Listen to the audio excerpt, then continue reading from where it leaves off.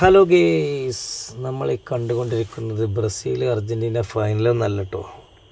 തേക്കിൻ്റെ നാടായ നിലമ്പൂരിൻ്റെ ഹൃദയഭാഗത്ത് ഒത്തുകൂടിയ രാഷ്ട്രീയ പ്രവർത്തകരാണ്. രാഷ്ട്രീയത്തെ സ്നേഹിക്കുന്ന ഒരു മലപ്പുറത്തിൻ്റെ ഒരു ഭാഗമാണ്.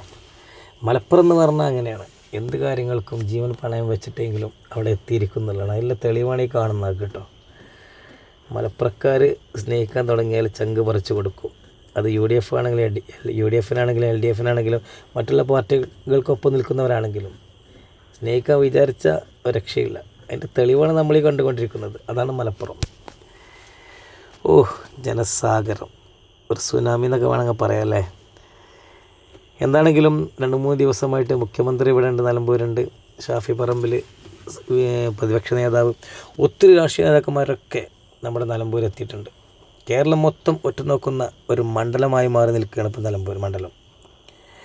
LDFൻ്റെ അവസാന സമയമാണ്, കൊട്ടിക്കലാശമാണ്. UDFൻ്റെ കൊട്ടിക്കലാശമാണ്. പക്ഷേ ഒരു പ്രത്യേകത ഉണ്ട് കേട്ടോ. ഈ LDFൻ്റെയും UDFൻ്റെയും രാഷ്ട്രീയ പ്രവർത്തകർ ഒത്തുകൂടി നിൽക്കുന്നത് നിലമ്പൂരിൻ്റെ ഹൃദയഭാഗത്ത് തന്നെയാണ്, അല്ലാതെ വേറെ അങ്ങോട്ടും പോയിട്ടല്ല.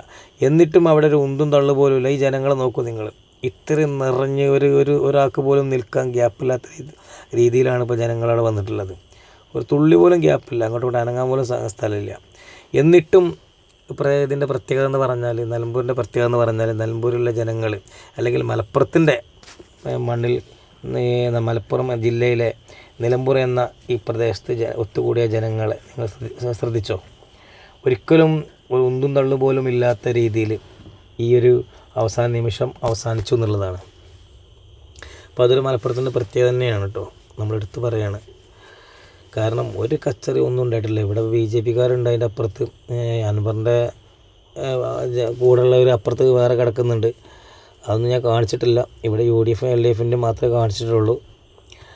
ആരാണെങ്കിലും ആർക്കാണെങ്കിലും ജനങ്ങൾ ആർക്കൊപ്പം നിന്നാലും അത് ജനങ്ങളുടെ സംരക്ഷണത്തിനും സന്തോഷത്തിനും നന്മയ്ക്കും വേണ്ടി ആവട്ടെ അവരുടെ വിജയമെന്ന് പ്രാർത്ഥിക്കുകയാണ്.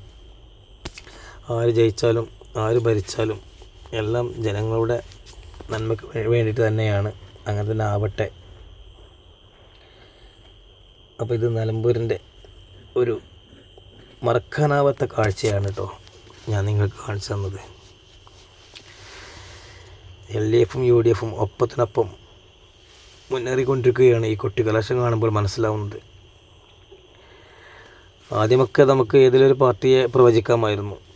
ഈ അവസാന നിമിഷം വന്നപ്പോൾ ആർക്കാണൊപ്പം ജനങ്ങൾ എന്നുള്ള ഒരിക്കലും പ്രവചിക്കാൻ പറ്റാത്ത അവസ്ഥയായി മാറിയിരിക്കുകയാണ് ഗൈസ്. എന്തായാലും കാത്തിരുന്ന് കാണാം ആർക്കൊപ്പമായിരിക്കും ജനങ്ങൾ വോട്ട് ചെയ്തിട്ടുണ്ടാവുക എന്നുള്ളത്. ഓക്കെ.